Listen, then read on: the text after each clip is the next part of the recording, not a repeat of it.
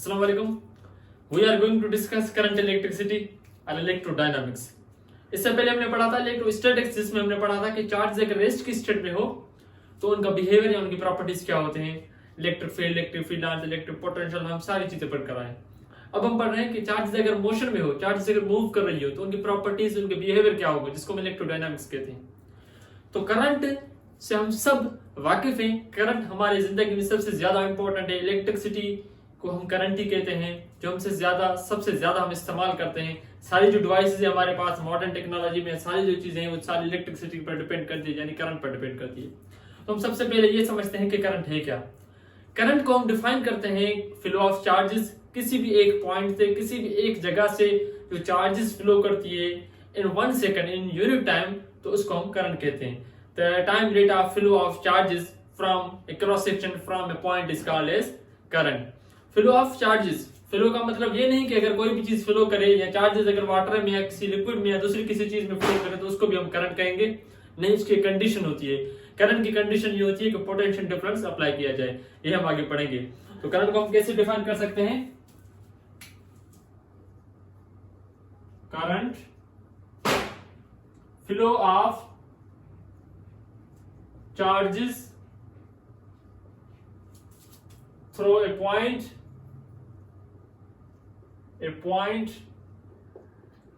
in 1 second, 1 second or unit time, और इसको इस तरीके से भी डिफाइन कर सकते हैं, time rate of flow of charges through a point,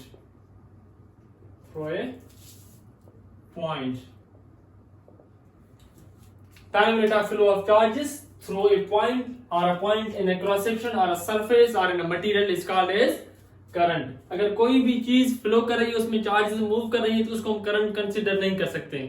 current तब हम कंसीडर करेंगे जब कोई एक्सटर्नल फील्ड या पोटेंशियल डिफरेंस की मदद से हम चार्जेस को मूव करवाएं। तो करंट का अगर यूनिट है तो करंट का यूनिट बनाएंगे तो वो बनेगा current is equal to I is equal to charges means Q upon T और delta Q upon delta D. Charge का यूनिट कूलम है, टाइम का यूनिट सेकंड है, तो करंट का यूनिट होगा ampere. Ampere shown by A. S I unit of current, S I unit of current is ampere. 1 ampere, 1 ampere में कितने electrons आ जाएंगे? 1 ampere is equal to 6.25 into 10 is power 18 electrons पर second. अगर एक ampere current 1 second में किसी जगह से पास हो रहा है तो इसका मतलब उसमें 6.25 into 10 is power 18 electrons 1 second में पास हो रहे हैं। Current is a scalar quantity. Current it is scalar quantity because it does not follow vector addition law. It is scalar quantity. हमें ऐसे लगता है कि करंट वेक्टर है, लेकिन करंट वेक्टर नहीं है। चाहे हम इसे इसको डिफाइन करें कि इस डायरेक्शन में फ्लो कर रहा है उस डायरेक्शन में, लेकिन ये वेक्टर एडिशन लॉ को फॉलो नहीं करता। इस वजह से हम ये कहते हैं कि करंट स्केलर क्वांटिटी है। किसी भी वेक्टर को वेक्टर होने के लिए वेक्टर एडिशन लॉ को फॉलो करना बहुत जरूरी है। तो it is a scalar quantity. अब करंट कैसे मूव करता है? फॉर सपोज कंडक्टर्स में करंट कैसे मूव करता है? फॉर सपोज लिक्विड्स में या गैसेस में या इलेक्ट्रोलाइट्स में, ये हमें समझना है। अगर हम कंडक्टर की बात करें तो कोई भी अगर कंडक्टर होता है उसमें उसका वैलेंस शेल जो होता है, उसमें जो इलेक्ट्रॉन्स होते हैं वो वीकली बाउंडेड होते हैं। वीकली बाउंडेड होने की वजह से थोड़ी सी एनर्जी पर वो अपने उस वैलेंस शेल से बाहर निकलकर फ्री स्टेट में आ जाते हैं, जिनको फ्री इलेक्ट्रॉन्स कहते हैं, जो इजीली वहां पर मूव करते रहते हैं। उस स्टेट को हम कंडक्शन बैंड भी कहते हैं या फ्री स्टेट ऑफ इलेक्ट्रॉन्स भी कहते हैं, जिसमें इलेक्ट्रॉन्स मूव करते रहते हैं। जिस वेलोसिटी से वो मूव करते हैं उसको ड्रिफ्ट वेलोसिटी कहते हैं। जो डिस्टेंस वो कवर करते हैं उसको हम कहते हैं एवरेज डिस्टेंस। और वहां पर इलेक्ट्रॉन्स इजीली मूव करते रहते हैं, उनके बीच में कोलिजन होती रहती है। लेकिन जब हम कांस्टेंट पोटेंशियल डिफरेंस अप्लाई करते हैं तो वो इलेक्ट्रॉन वहां पर किसी कंडक्टर या मेटल में हिस्सा लेते हैं एज ए करंट। क्योंकि अगर कोई भी इलेक्ट्रॉन वैलेंस शेल में बाउंडेड है तो वो करंट में हिस्सा नहीं ले सकता। अगर इलेक्ट्रॉन उस शेल से निकलेगा और मटेरियल या कंडक्टर के आउटर सरफेस में आएगा एटम से निकलकर, तो वो इलेक्ट्रॉन कंडक्टर का या मेटल का करंट में हिस्सा ले सकता है। बाउंडेड इलेक्ट्रॉन कभी भी हिस्सा नहीं ले सकते। इसी तरीके से जो इलेक्ट्रोलाइट होते हैं उनमें पॉजिटिव और नेगेटिव चार्ज जब अलग होते हैं तो वो इज ए कंडक्टर, और इलेक्ट्रोलाइट्स में वो करंट के तौर पर हिस्सा लेते हैं और करंट उनकी वजह से पैदा होता है। इसके अलावा आपके जो गैसेस होती हैं तो उनमें भी पॉजिटिव आयंस, प्लाज्मा स्टेट में पॉजिटिव आयंस या नेगेटिव आयंस या इलेक्ट्रॉन जो है वो एज इलेक्ट्रॉन्स और चार्ज कैरियर हिस्सा लेते हैं। जो पार्टिकल्स या चार्जेस करंट में हिस्सा लेते हैं उनको हम चार्ज कैरियर और चार्ज मोबाइल भी कहते हैं, मोबाइल चार्जेस भी कहते हैं। सो करंट इन कंडक्टर्स और metals is due to flow of electrons or free electrons, due to flow of free electrons. Current in electrolytes is due to positive and negative ions. Current in gases is due to positive ions and electrons.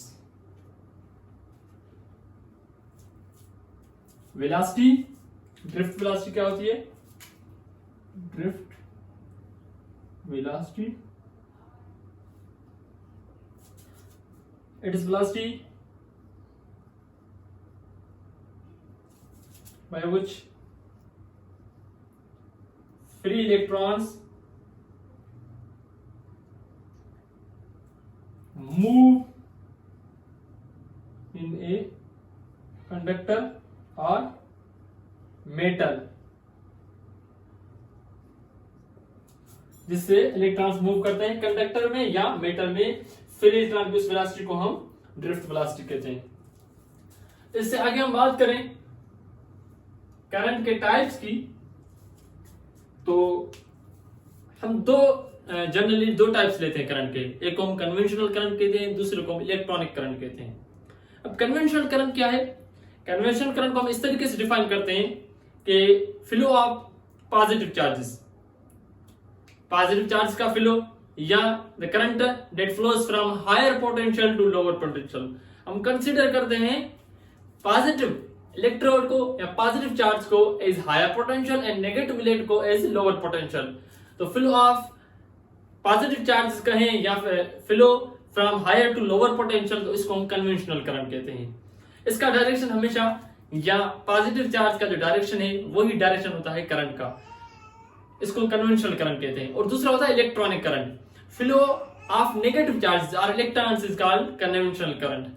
अब इसका जो direction होता है वो हमेशा field के opposite होता है, करंट के अपोजिट होता है, और ये इलेक्ट्रोड नेगेटिव इलेक्ट्रोड से पॉजिटिव इलेक्ट्रोड की तरफ होता है। तो एक होता है conventional current, conventional current,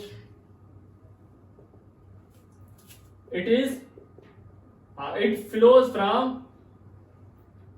from higher potential to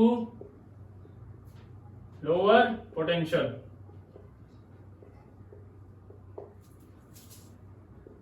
It is due to positive charges.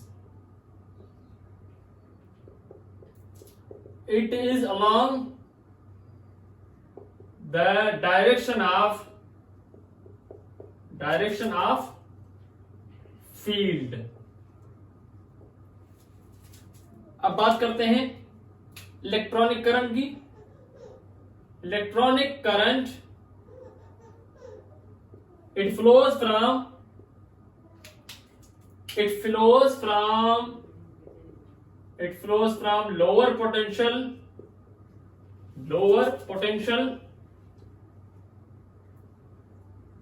to higher potential.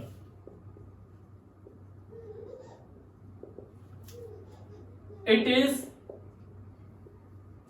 due to flow of negative charges or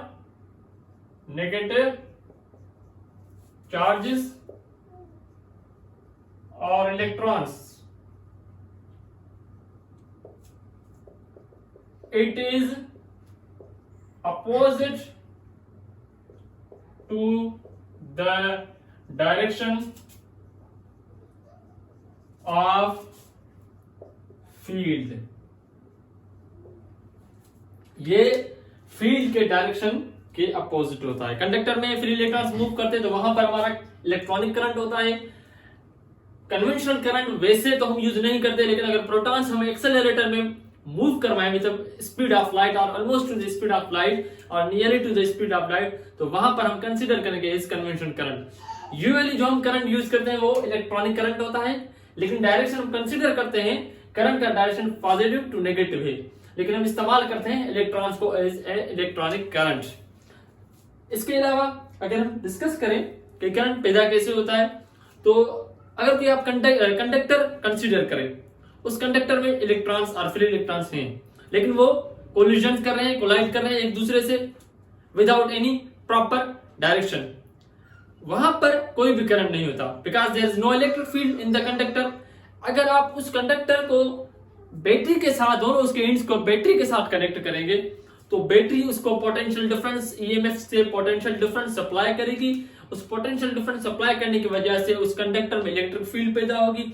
उस इलेक्ट्रिक फील्ड पैदा होने की वजह से फोर्स लगेगी चार्जेस यानी इलेक्ट्रॉन्स पर। जब उन पर फोर्स लगेगी तो वो इलेक्ट्रॉन्स मूव करना शुरू करेंगे एक क्रॉस सेक्शन से, एक पॉइंट से, तो हम कहेंगे कि उसमें करंट पैदा हो गया है। तो इस तरीके से आपका करंट पैदा होता है किसी भी कंडक्टर या मटेरियल में। और तो और जब आपका कंडक्टर में इलेक्ट्रॉन्स मूव करते हैं किसी भी मेटल में, तो वो इलेक्ट्रॉन एटम से टकराते हैं, एटम से या मॉलिक्यूल से टकराते हैं या दूसरे इलेक्ट्रॉन से टकराते हैं। जब वो उनसे टकराते हैं तो उनकी कोलिजन की वजह से वाइब्रेशनल एनर्जी पैदा होती है। जो वाइब्रेशनल एनर्जी टेम्परेचर को पैदा करती है, टेम्परेचर पैदा हो जाए तो हीट पैदा होती है, तो ये हीटिंग इफेक्ट भी पैदा होता है या टेम्परेचर बढ़ता है because of the collision of the electrons in a conductor और मेटल। इसके अलावा इलेक्ट्रॉन यानी करंट तब पैदा होगा जब आपका पोटेंशियल डिफरेंस सप्लाई किया जाए। Without the potential difference application of the potential difference there will be no current. So current is only produced when there is potential difference or voltage supplied. Difference or voltage supplied due to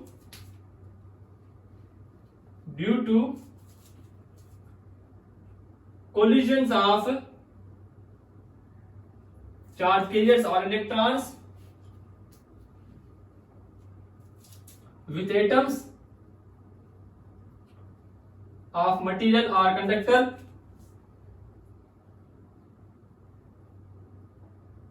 vibrational energy is transferred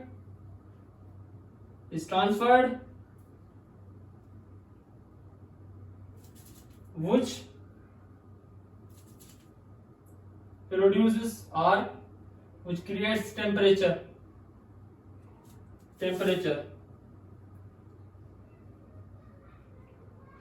and also heat is produced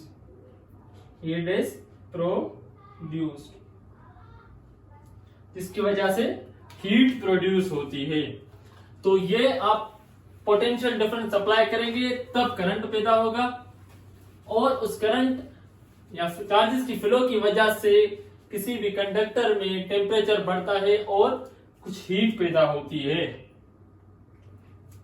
अब अगर हम sources की बात करें तो current का sources क्या है, जो भी एनर्जी के सोर्सेज जिनमें से हम इलेक्ट्रिकल एनर्जी बनाते हैं वो सारे करंट के सोर्सेज हैं। हम लाइट सोलर एनर्जी से लाइट एनर्जी को कन्वर्ट करते हैं इलेक्ट्रिकल एनर्जी में, तो सोलर पैनल जो है आपका या प्लेट जो है वो एज सोर्स ऑफ करंट को प्रोड्यूस करने वाला सोर्स होती है। केमिकल जो सोर्सेज होते हैं वो बैटरीज या वोल्टेक सेल्स होते हैं, ड्राई सेल वगैरह होते हैं करंट के। इसके अलावा आपका थर्मोकपल जो होता है वो आपको हीट को जो है वो प्रोड्यूस करता है, इलेक्ट्रिकल एनर्जी में कन्वर्ट करता है। आपका जनरेटर मैकेनिकल एनर्जी को इलेक्ट्रिकल एनर्जी में करता है। तो ऐसे बहुत सारे सोर्सेज होते हैं जो एक फॉर्म ऑफ एनर्जी को इलेक्ट्रिकल एनर्जी में कन्वर्ट करते हैं, जिनको हम सोर्सेज ऑफ करंट कहते हैं। इसके अलावा अगर इफेक्ट्स देखें, करंट के इफेक्ट्स क्या है, तो एक तो हमने पढ़ लिया करंट का हीटिंग इफेक्ट है। करंट या चार्जेस की मूवमेंट की वजह से हीट पैदा होती है, इस हीटिंग इफेक्ट को हम इस्तेमाल करते हैं हीटर में या आयरन वगैरह में। इसके अलावा करंट का जो दूसरा इफेक्ट है वो हम इस्तेमाल करते हैं केमिकल इफेक्ट, जो हम इलेक्ट्रोप्लेटिंग में इस्तेमाल करते हैं। और इसके अलावा इसके दूसरे भी इफेक्ट्स हैं जो हम इस्तेमाल करते हैं, जैसा कि इसका मैग्नेटिक इफेक्ट है जो हम इस्तेमाल करते हैं जनरेटर में या मोटर में। तो ये सारे इसके इफेक्ट्स हैं। तो करंट जब फ्लो करता है तो वो किसी ना किसी क्लोज पाथ में फ्लो करता है। उस क्लोज पाथ को जिसमें करंट फ्लो करता है उसको सर्किट कहते हैं। क्लोज पाथ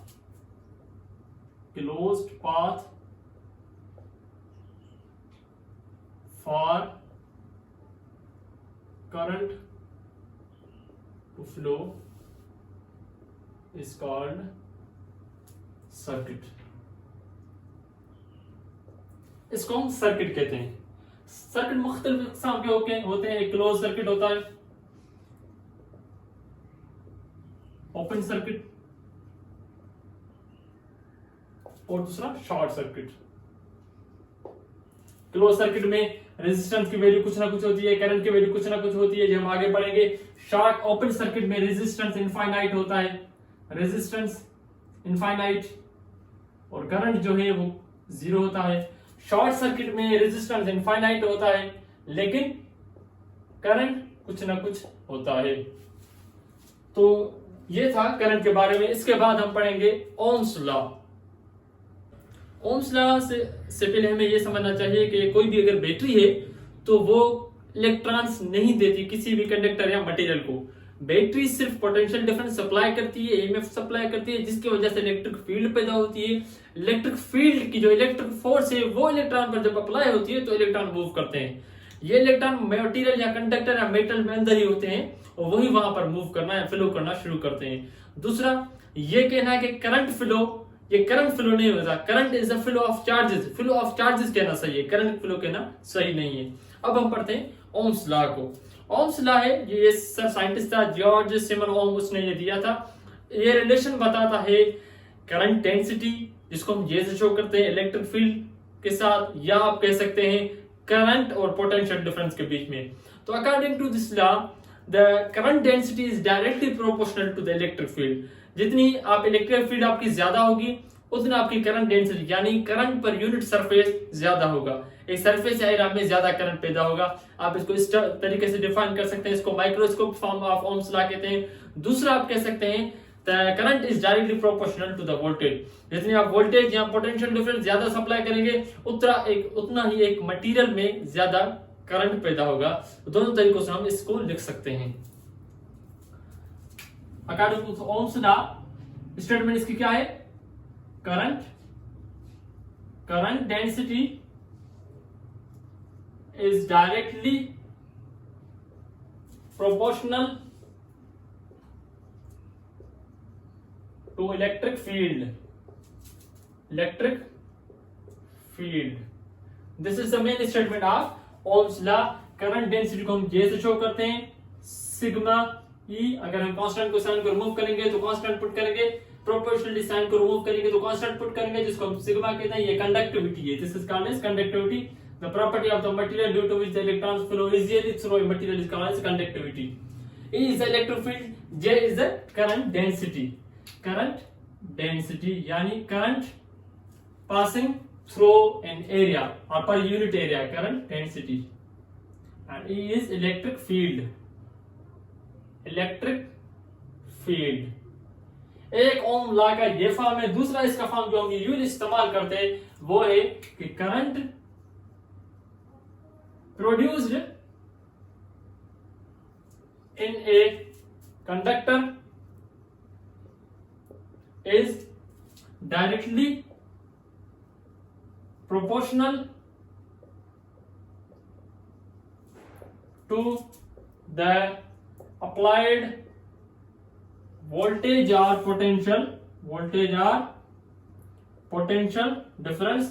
इसको हम लिखते हैं V is equal to IR। V current directly proportional है वोल्टेज के साथ। जब हम प्रोपोर्शनलिटी की साइन रिमूव करते हैं तो हम रखते हैं रेजिस्टेंस, कांस्टेंट रखते हैं जिसको हम रेजिस्टेंस कहते हैं।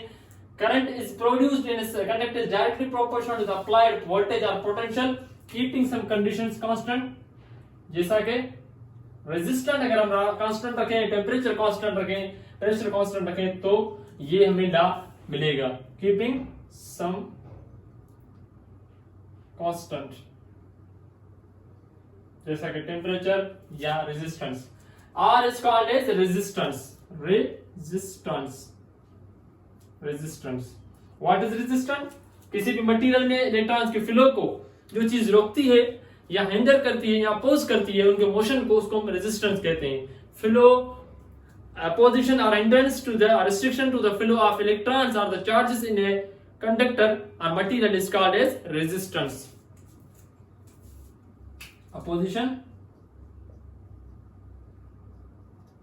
or hindrance or restriction, रुकावट to the flow of charges or electrons is called resistant। V is voltage or potential difference, which is the unit of volt. I is the current, which is the unit of ampere, and R is the resistance। The unit of R is volt upon ampere, that is ohm, जिसको हम इस sign से show करते हैं। Resistance का unit ohm है। Ohm is the name of the scientist and the unit of the resistance is ohm. Resistance से पहले हम ये समझते हैं कि अगर किसी ऑब्जेक्ट की हम वोल्टेज और करंट का ग्राफ बनाएं या कंडक्टर की, तो ग्राफ कैसे बनेंगे? अगर करंट और वोल्टेज दोनों का ग्राफ अगर स्ट्रेट लाइन बने तो हम कहेंगे कि वो ओमिक मटेरियल है। जो ऑब्जेक्ट या कंडक्टर ओम्स लॉ को फॉलो करता है उसको हम ओमिक मटेरियल कहते हैं, और जो ऑब्जेक्ट ओम लॉ को फॉलो नहीं करता उसको हम नॉन ओमिक मटेरियल कहते हैं। जो ओम लॉ को फॉलो करता है उनका जो ग्राफ होता है वो स्ट्रेट लाइन होता है, जो ओम लॉ को फॉलो नहीं करता उनका ग्राफ कर्व्ड होता है, स्ट्रेट लाइन नहीं होता। इसके अलावा ये लॉ एम्पिरिकल है, फंडामेंटल लॉ नहीं है। ये लॉ किस हद तक होता है उसके बाद ये फेल हो जाता है, क्योंकि अगर आप पोटेंशियल डिफरेंस ज्यादा करते जाएंगे, इलेक्ट्रिक फील्ड बढ़ती जाएगी, फोर्स बढ़ती जाएगी, इलेक्ट्रॉन्स की मूवमेंट बढ़ती जाएगी तो हीट प्रोड्यूस होगी, टेम्परेचर बढ़ेगा। टेम्परेचर बढ़ने के साथ ऑटोमेटिकली आपकी रेजिस्टेंस बढ़ जाएगी। रेजिस्टेंस बढ़ने की वजह से आपका ओम्स लॉ ज्यादा पोटेंशियल डिफरेंस पर एप्लीकेबल नहीं होगा। तो ज्यादा मटेरियल जैसे सेमीकंडक्टर हो गए, डायोड वगैरह दूसरी जो चीजें होती हैं वो नॉन ओमिक होती हैं, वो इस लॉ को फॉलो नहीं करती। तो मटेरियल्स और objects that follow Ohm's law are called ohmic material or conductor। Those which do not follow Ohm's law are called non-ohmic material। तो उनको हम नॉन ओमिक मटेरियल कहते हैं। एक का ग्राफ स्ट्रेट लाइन होता है, दूसरे का कर्व्ड होता है। अब हम आते हैं रेजिस्टेंस से। तो रेजिस्टेंस किस चीज पर डिपेंड करती है? किसी की मटेरियल की। Resistance of a material depends upon length of the material, number one, length of the conductor, second point, area of conductor और वायर, जो भी चीज है आपकी। तीसरी, resistance is directly proportional to temperature except some material like semiconductor और दूसरे material. Temperature बढ़ने के साथ कोलिजन बढ़ती है, कोलिजन बढ़ने से रेजिस्टेंस पैदा होती है, इलेक्ट्रॉन्स को फ्लो करने में मुश्किल होती है। तो हम कहते हैं कि टेम्परेचर जैसे बढ़ेगा वाइब्रेशन एनर्जी बढ़ेगी, हीट बढ़ेगी, कोलिजन ज्यादा हो जाएगी तो रेजिस्टेंस आपकी कम हो जाएगी।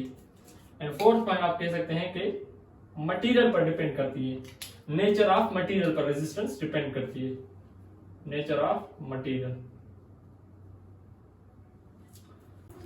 सो resistance, length of conductor depends upon the length of conductor, area of the conductor, temperature and the nature of the material. अब हम पढ़ते हैं रेजिस्टिविटी। रेजिस्टिविटी का मतलब क्या है? अगर कोई सबस्टेंस हो, उसकी लेंथ और वॉल्यूम 1 मीटर क्यूब हो, तो उसकी रेजिस्टेंस को हम रेजिस्टिविटी कहते हैं। Resistance of 1 metre cube of a substance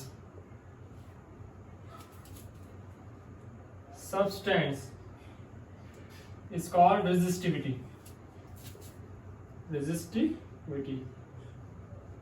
इसको हम शो करते हैं रो से। Rho is equal to R A upon L. Resistance, area and the length of the wire of the conductor. इसका यूनिट होगा, ऐसा unit is row.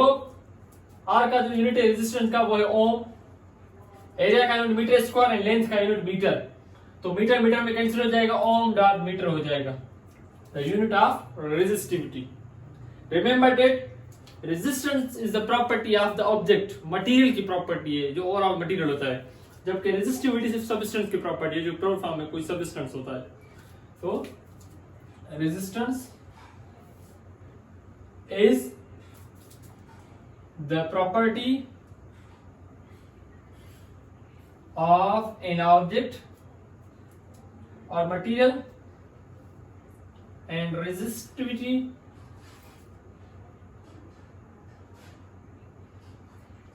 is property of substance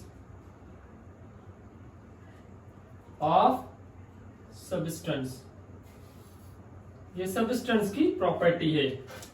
इससे अगर हम आगे डिस्कस करें तो रिमेंबर डेट, एक बात याद रख लें कि जो हमने यहां पर V लिखा था, it's not V, it is delta V। कभी भी आप पोटेंशियल डिफरेंस को या वोल्टेज को V से शो नहीं कर सकते, because we commonly use V as electric potential. Electric potential and potential difference are change, तो हम यहां पर delta V is equal to IR रखेंगे। सही है। तो resistance is the property of an object and resistivity is property of the substance. अब resistivity का जो रेसिप्रोकल होता है, reciprocal of resistivity is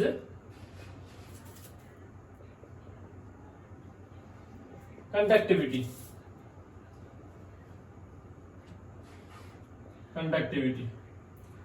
sigma is equal to 1 upon rho. Sigma is conductivity, इसका यूनिट होगा इनवर्स और reciprocal of resistivity. इसको हम लिखेंगे SI unit is ohm metre inverse. इसका यूनिट SI ये होगा। इसके बाद हम ये डिस्कस करते हैं कि रेजिस्टेंस का इनवर्स या रेसिप्रोकल क्या होता है। रेजिस्टेंस का रेसिप्रोकल होता है conductance. R is equal to 1 upon R is equal to resistance is equal to 1 upon conductance. Conductance का मतलब है ability of the object to allow or flow the electrons, from it, or the easiness to the flow of electrons in a material is called as conductors. The unit of conductance is SI unit of conductance is mho, MHO or Siemens. ऐसा unit of conductance is mho और Siemens. एक बात आप याद रख लें कि अगर टेम्परेचर बढ़ता है तो ऑब्जेक्ट्स ओम्स लॉ को फॉलो नहीं कर पाते. इस वजह से हम इस लॉ को एम्पिरिकल लॉ कहते हैं, फंडामेंटल लॉ नहीं कहते, क्योंकि ये हर सिचुएशन में एप्लीकेबल नहीं होता. रेजिस्टेंस बढ़ने से ऑब्जेक्ट्स की प्रॉपर्टियां चेंज हो जाती है. तो हम पढ़ते हैं टेम्परेचर कोफिशिएंट्स ऑफ रेजिस्टेंस और रेजिस्टिविटी. किस तरीके से हम एक ऑब्जेक्ट की रेजिस्टेंस को दूसरे ऑब्जेक्ट की रेजिस्टेंस से अलग कर सकते हैं, सेपरेट कर सकते हैं, वो हम करते हैं टेम्परेचर कोफिशिएंट ऑफ रेजिस्टेंस. ये कांस्टेंट वैल्यूज होती हैं जो हर सबस्टेंस मटेरियल की ऑब्जेक्ट्स की अलग अलग होती हैं. तो temperature coefficients of resistance and resistivity. Temperature coefficient of resistance and resistivity. Temperature coefficient of resistance का मतलब है fractional change in resistance per unit change और per kelvin change in temperature is called as coefficient of temperature coefficient of resistance. इसी तरीके से हम कहेंगे fractional change in resistivity per unit kelvin change in temperature is called coefficients of resistivity. ये हमें help करते हैं मटेरियल को अलग अलग करने में. इनकी रेजिस्टिविटी या रेजिस्टेंस की मदद से हम ऑब्जेक्ट्स या सबस्टेंस को अलग अलग करते हैं. और यही है जिनकी मदद से हमें टेम्परेचर का पता चलता है कि कोई ऑब्जेक्ट कितने रेजिस्टेंस तक कोई काम या कोई करंट जो है ना या वोल्टेज जो है वो बर्दाश्त कर सकता है. तो resistance, temperature, fractional change in resistance per unit Kelvin change in temperature is called as temperature coefficient of resistance alpha, that is equal to fractional change in resistance delta R upon per unit Kelvin change in temperature or not delta T. और इसको हम इस तरीके से लिख सकते हैं resistance when the temperature is changed is equal to initial resistance 1 plus alpha delta T change in temperature. इसी तरीके से fractional change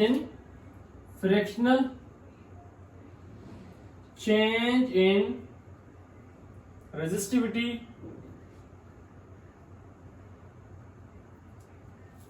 per unit Kelvin change in temperature alpha, coefficient of resistivity is equal to alpha is equal to fractional change in resistivity initial resistivity alpha naught is equal delta T is equal R. इसको इस तरीके से लिख सकते हैं resistivity after the change in temperature is equal to initial resistivity 1 plus alpha delta T. These are the formulas for coefficient of temperature coefficient of resistance and resistivity. ये हमें मदद करते हैं एक मटेरियल के रेजिस्टेंस को दूसरे मटेरियल के रेजिस्टेंस से अलग करने में. This was all about resistance. अब हम पढ़ते हैं resistors.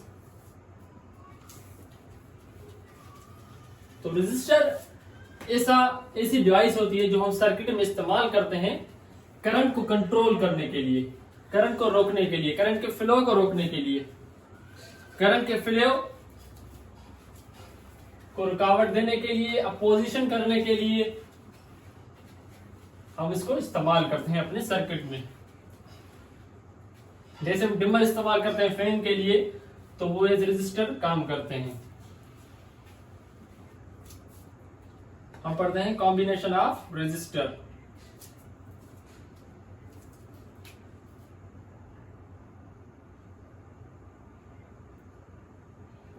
combination of resistors.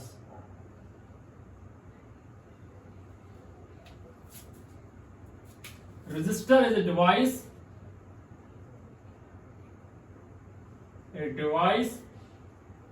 used to control current in a circuit. हम रेजिस्टेंस को कैसे कंबाइन कर सकते हैं? There are two methods. One is series combination and the other parallel combination. Series combination को हम कैसे समझ सकते हैं? अगर आप बैटरी के दोनों इंड्स को इस तरीके से कनेक्ट करेंगे, उसका एक रेजिस्टर के वन इंड के साथ कनेक्टेड हो, दूसरा इंड रेजिस्टर के लास्ट इंड के साथ कनेक्टेड हो, करंट को फ्लो करने के लिए सिर्फ एक पाथ होना चाहिए, पोटेंशियल डिफरेंस सबके पास डिफरेंट पहुंचे, तो हम कहेंगे it is called as series combination. इसी तरीके से आप पैरेलल कॉम्बिनेशन किसको कहेंगे? अगर आप हर एक रेजिस्टर की एक इंड को बैटरी के एक इंड के साथ कनेक्ट करें और दूसरे इंड को बैटरी के दूसरे इंड के साथ, इस तरीके से क्या होगा कि करंट को फ्लो करने के लिए डिफरेंट पाथ्स होंगे. करंट सेम नहीं होगा पैरेलल कॉम्बिनेशन में, डिफरेंट होगा, लेकिन voltage will be same in the parallel combination because battery is applying same potential difference to all the resistors. तो ये होता है आपका series combination and are resistance in series and resistor in parallel. तो अगर हमें तीन रेजिस्टेंस या हमारे पास कुछ रेजिस्टेंस हो तो हमें उनकी इक्विवेलेंट रेजिस्टेंस मालूम करनी चाहिए या उनके लिए फार्मूला बनाना चाहिए. तो फार्मूला क्या होगा? Resistors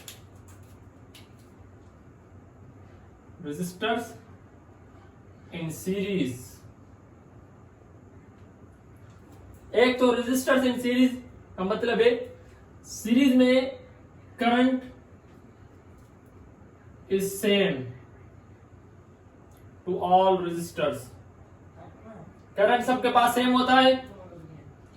potential difference is different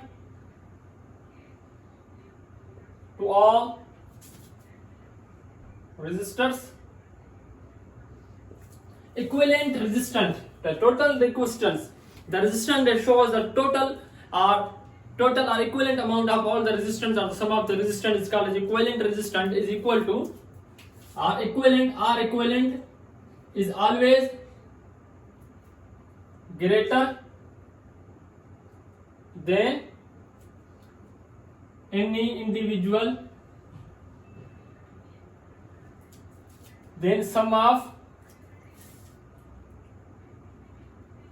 all resistors. वो है R equivalent is equal to R1 plus R2 plus R3. If there are more resistance, it will be Rn. It means R equivalent is equal to sigma Ni Ri. सारे resistors जो है उनको सम करें तो हमें equivalent resistance मिलेगी इन resistor और in series combination. इसी तरीके से पैरेलल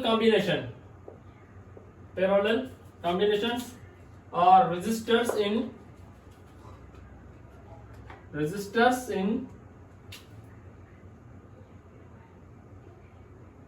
इन पैरेलल